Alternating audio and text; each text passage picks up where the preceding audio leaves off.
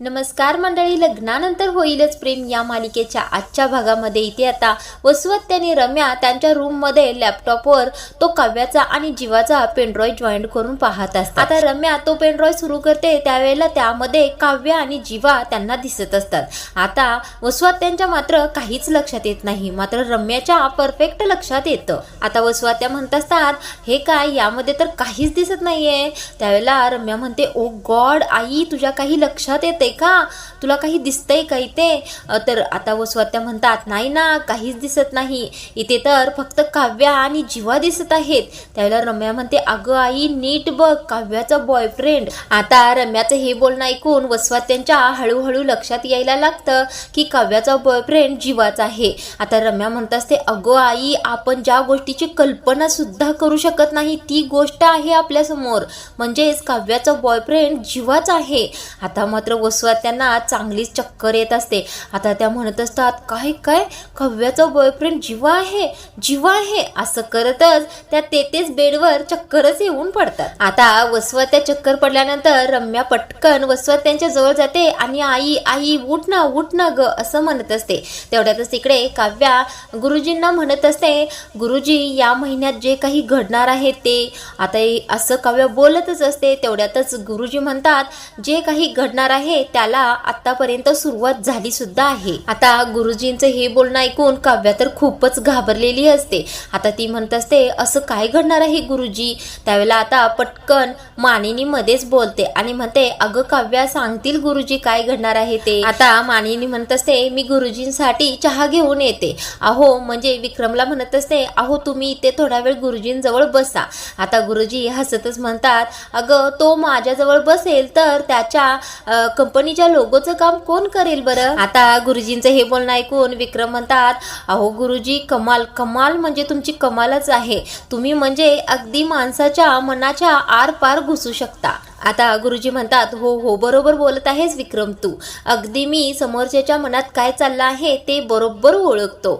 तुला माझं म्हणणं पटत नाही, तुला माझं बोलणंही पटत नाही, पण अगदी फक्त मानिनीसाठी तू मला घरात घेतोस। आता विक्रम म्हणत असतात नाही नाही गुरुजी तसं काही सुद्धा नाही। त्यावेळेला गुरुजी म्हणतात अरे असू दे रे, जा तुझ्या कंपनीचं काम कर, तुझा लोगो तुझा वाट पाहत आहे। आता विक्रम हो हो असं म्हणतात आणि तेथून उठून जातात। आता विक्रम तेथून गेल्यानंतर मानिनी म्हणत असते गुरुजी मी तुमच्यासाठी चहा घेऊन येते, असं म्हणून ती किचन मध्ये निघून जाते।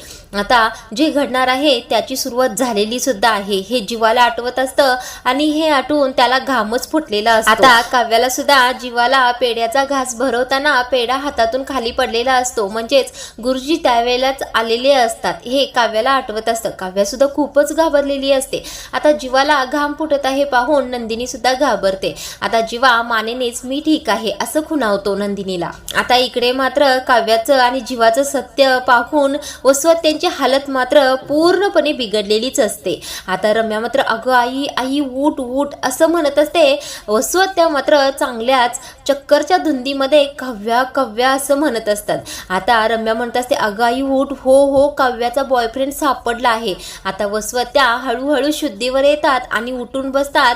आता त्यांनी मात्र डोकंच धरलेलं असतं। आता वसवत त्या म्हणत असतात अगं रम्या आपण काय पाहिलंय, हे जे काही पाहिलं आहे ना ते पाहून माझं डोकंच जड झालं आहे बघ, आणि माझं डोकंच गरगरायला लागलंय बघ। आता रम्या म्हणते अगं आई तुझंच काय, हे फुटेज पाहिल्यानंतर कोणाचं सुद्धा डोकं गरगरायलाच लागेल। आता वसवत त्या रम्याला म्हणत असतात रम्या आपण जे काही हे पाहिलं ते खरंच खरं असेल का ग? त्यावेळेला रम्या म्हणते अगं आई खरंच हे खरं आहे, बघ ना लॅपटॉपवर आपल्याला दोघांचा फुटेज दिसत आहे। आता रम्या म्हणत असते माझा तर विश्वासच बसत नाहीये या सगळ्या गोष्टींवर, म्हणजे जीवा काव्याचा बॉयफ्रेंड आहे, म्हणजे कसं शक्य आहे ना हे? आता वसवत्या तर तोंडावरच हात ठेवलेला असतात, म्हणजे या दोघींना ही गोष्ट पचनच होत नसते। आता रम्या म्हणत असते अगं आई ती सुनीता। वसवत्या म्हणतात अगं काय सुनीताचं? आता रम्या म्हणत असते अगं ती सुनीता म्हणजे मामीची लहानपणीची मैत्रीण आहे ना। त्यावेळेला वसवत्या म्हणतात अगं मग काय झालं आता? अगं आई मग त्या सुनीताने जीवाला ओळखलं नसेल का? त्यावेळेला वसुवात्या म्हणतात हो ग बरोबर आहे तुझं, एक काम कर त्या सुनीताला फोन लाव आणि तिच्याकडून काढून घे की ती जीवाला ओळखते का, म्हणजे जीवाच मानिनीचा मुलगा आहे हे तिला माहीत आहे का हे आपण दोघी माहीत करून घेऊया. लाव तू पटकन फोन लाव आणि फोन स्पीकरवर टाक असं रम्याला वसुवात्या सांगत असतात. आता हे ऐकल्यानंतर रम्या तिचा फोन शोधायला सुरू करते. आता बाजूलाच तिथे टेबलवर फोन असतो तो घेते आणि सुनीताचा नंबर शोधते आणि फोन लावते. आता वसुवात्यांना मात्र चांगलीच घाई लागलेली असते. अगं काय झालं, फोन लागतोय की नाही असं म्हणत असतात. आता रम्या म्हणते अगं आई हो लावला आहे, उचलू दे तरी त्यांना. आता इकडे रम्याने लावलेला फोन सुनीता उचलते आणि हॅलो असं म्हणते. आता रम्या म्हणत असते हॅलो सुनीता काकू, मी आणि माझी आई तुम्हाला कॅफेमध्ये भेटायला आलो होतो, आठवतंय का? आता सुनीता म्हणत असते एक मिनिट, मला तुम्हाला आता एंटरटेनमेंट करायला अजिबात वेळ नाही. आता सुनीता मात्र थोडं चिडूनच बोलत असते. आता रम्या म्हणत असते एक मिनिट काकू, फोन ठेवू नका, खूप महत्वाचं बोलायचं आहे तुमच्याशी. त्यावेळेला आता सुनीता म्हणते काय बोलायचं आहे तुम्हाला? मी त्या दिवशीच क्लिअर केलं आहे की मला या विषयाबद्दल काहीही बोलायचं नाहीये. आता रम्या म्हणत असते तुम्ही मानिनीच्या म्हणजेच माझ्या मामीच्या लहानपणीपासून मैत्रीण आहात ना? त्यावेळेला सुनीता म्हणते रॉंग, मी आता तिची मैत्रीण नाही. आता ही सुनीता जरा सुद्धा व्यवस्थित बोलत नसते म्हटल्यानंतर रम्याच्या हातातून फोन हिसकावून वसुवात्या घेतात आणि बोलायला सुरू करतात. ए सुनीता असं काहीतरी मोठ्याने म्हणत असतात. आता मात्र रम्या तिकडं खुणवते की अगं गोड बोल. आता वसुवात्या गोड बोलायला सुरू करतात. म्हणजे सुनीताजी तुम्ही मानिनीच्या दोन्ही मुलांना ओळखत असाल ना, म्हणजे जीवा पार्थ युग यांना ओळखत असाल ना तुम्ही? त्यावेळेला सुनीता म्हणत असते तुम्ही सारखं सारखं तेच काय बोलताय? हो मी ओळखते त्यांना. आता सुनीता म्हणते म्हणजे पार्थ ज्यावेळेला 10वी मध्ये पहिला आला होता त्यावेळेला तो पवार चाळीमध्ये राहत होता ना, त्यावेळेला त्याला गिफ्ट म्हणून बॅट देण्यासाठी मी तिथे गेले होते. आता वसुवात्या म्हणतात हा पार्थला ओळखता आणि जीवाला? त्यानंतर सुनीता म्हणते हो जीवाला सुद्धा मी त्या चाळीतच पाहिलं होतं आणि गणपतीच्या विसर्जना दिवशी मी पार्थला भेटले होते, पण जीवाची भेट नाही होऊ शकली. त्या दिवशीच मी हे सगळं सांगितलं होतं ना तुम्हाला. आता वसुवात्याच्या हातातून मोबाईल हिसकावून रम्या घेते. आता म्हणत असते ती हो तुम्ही तर आम्हाला हे सगळं सांगितलं आहे, पण कधी सोशल मीडियावर किंवा मामीच्या मोबाईलवर कधी फॅमिली फोटोमध्ये जीवाला पाहिलं नाही का? त्यावेळेला सुनीता म्हणते सोशल मीडियावर मानिनी कधीच नसते. आता सुनीता मात्र चांगली चिडूनच म्हणत असते अहो मी तुम्हाला किती वेळा हे सगळं सांगितलं आहे, पण तुम्हाला का सगळं हे जाणून घ्यायचं आहे? त्यावेळेला वसुवात्या म्हणतात अहो जीवासारखं सुनीता असं म्हणत होता, म्हणून आम्हाला असं वाटलं की तुमच्या दोघांची भेट झाली की काय, म्हणून विचारत होतो, बाकी काही नाही. आता वसुवात्यांचं असलं बोलणं ऐकून सुनीता म्हणते काहीही बोलताय हो तुम्ही म्हणते आणि फोन कट करते. आता फोन कट केलेला पाहून वसुवात्या चिडतात, म्हणतात काय बाई आहे ही, नीट बोलत सुद्धा नाही. आता रम्या म्हणत असते अगं असू दे, करू द्यात कट, आपल्याला जे पाहिजे ते आपण ऐकलंय ना, आपल्याला जे बोलायचं ते तर आपण बोललोच आहोत ना. आता रम्या म्हणत असते काय सॉलिड नशीब आहे ग या काव्याचं, तिच्या पास्ट बद्दल तिच्या बॉयफ्रेंड बद्दल सांगायला सुनीता नावाचा निखारा घरामध्ये आला होता आणि त्याचा साधा चटका सुद्धा तिला बसला नाही.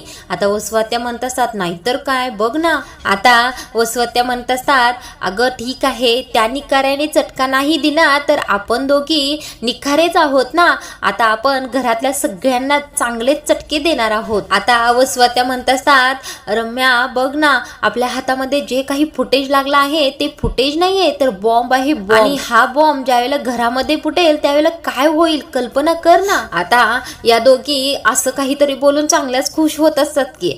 आता वसुवात्या म्हणत असतात मी तर कल्पनाच करू शकत नाही काय होईल.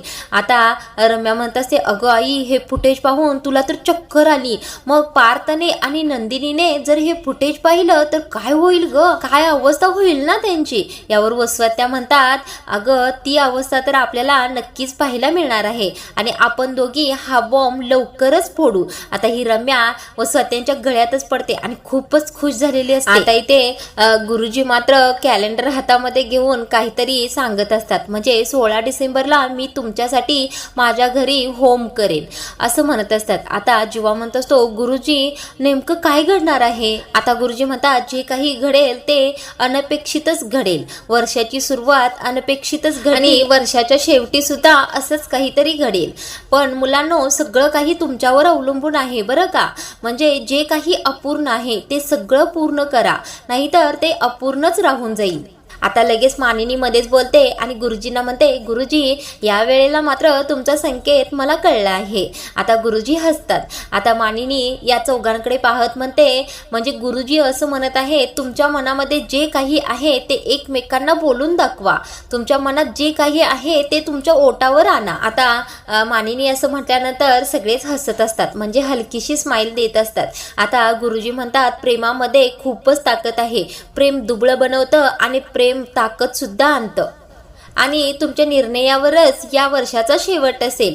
पण निर्णय झाला म्हणून या गोष्टी संपल्या असं समजू नका, कारण त्याच वेळेला एक नवीन सुरुवात झालेली असेल. आता हे सगळं ऐकून पार्थ म्हणत असतो, मला तर तुमचं बोलणं काहीच कळत नाहीये. नंदिनी म्हणते, हो मला सुद्धा काहीच कळत नाहीये. आता नंदिनी म्हणत असते, बरं ठीक आहे, जे काही आहे ते घडणारच आहे.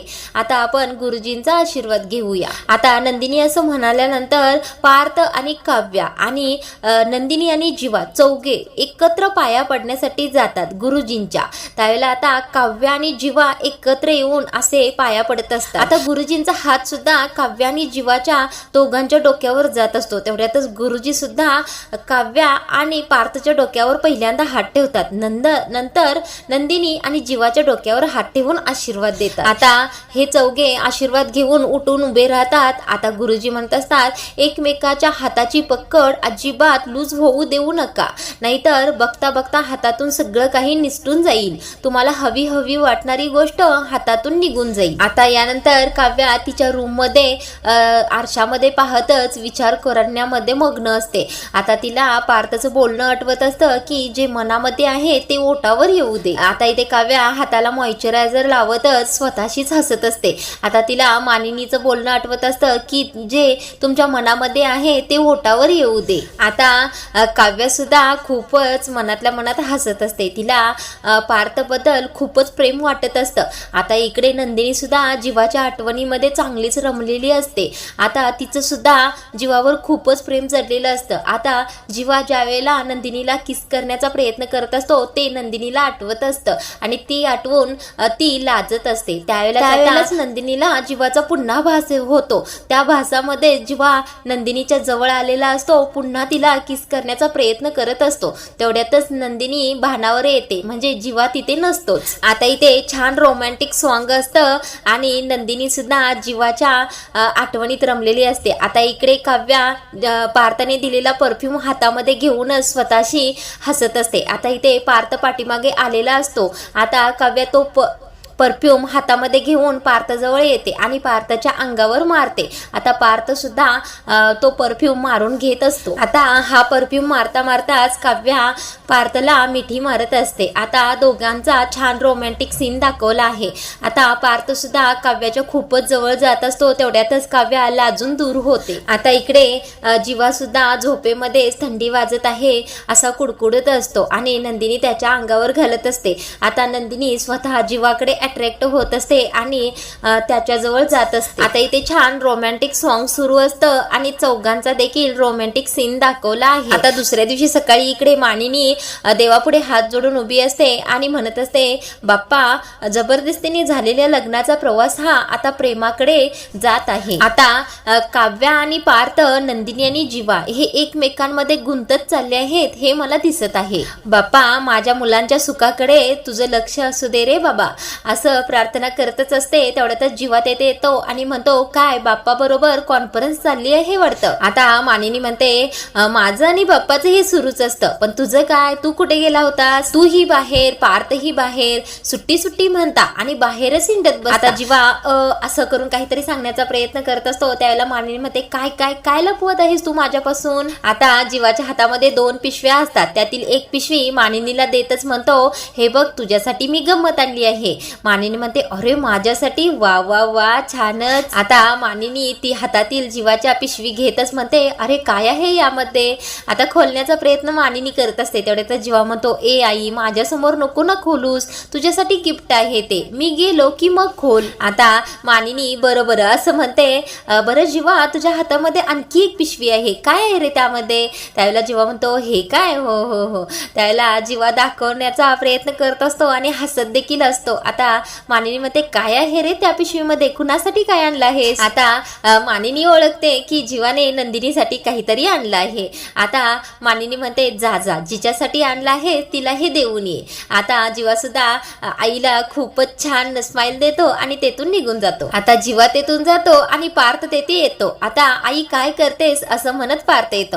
आता मानिनी म्हणते अरे वा तू सुद्धा आलास का. आता पार्थला पाहून मानिनी गमतीनेच म्हणत असते काय आणलेस माझ्यासाठी पार्थ. त्यावेळेला पार्थ म्हणतो मी का आणू तुझ्यासाठी काय. त्यावेळेला मानिनी म्हणते जा तू असून काहीही उपयोग नाही, बघ माझा धाकटा मुलगा माझ्यासाठी गिफ्ट घेऊन आला आहे. आता मानिनी म्हणत असते बघ त्यालाच काळजी आहे माझी, तुला माझी काळजीच नाही. त्यावेळेला आता पार्थ म्हणतो अगं आई तुझी काळजी नाही असं कसं, हे बघ मी तुझ्यासाठी काय आणलं आहे. आता पार्थ सुद्धा मानिनीला गिफ्ट देतो आणि मानिनी ते घेते. आता दुसरा बॉक्स सुद्धा पार्थच्या हातामध्ये असतो. ते पाहून मानिनी म्हणते अरे काय आहे त्यामध्ये, दाखव ना मला. त्यावेळेला पार्थ दाखवत नाही नाही नाही असं म्हणत असतो. आता मानिनी म्हणते बरं ठीक आहे बाबा जिच्यासाठी आणला आहेस तिला देऊन ये जा. आता मानिनीला पार्थने गजरा आणलेला असतो. तो पाहून मानिनी म्हणत असते विक्रम अगदी तुमच्या वळणावर तुमची मुलं गेली आहेत बरं का.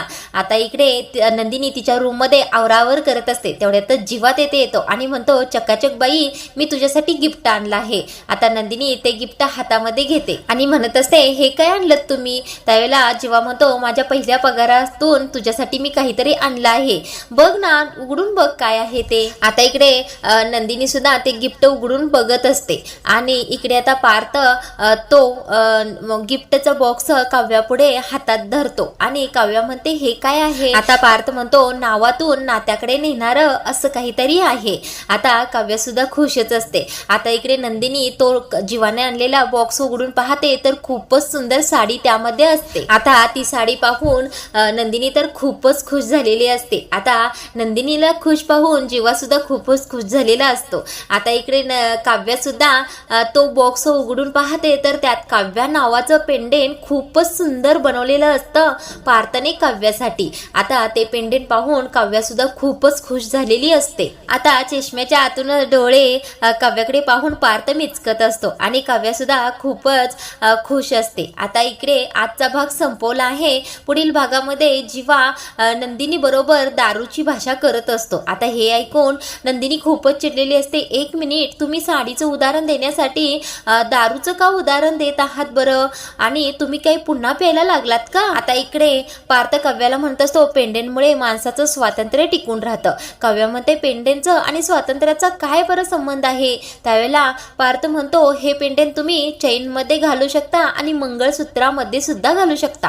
आता हे ऐकून काव्या खुशच झालेली असते. आता पुढील भागामध्ये काव्या हे पेंडेंट नेमकं मंगळसूत्रामध्ये घालते की चैन मध्ये घालते तेच पाहणं खूपच रंजक ठरणार आहे.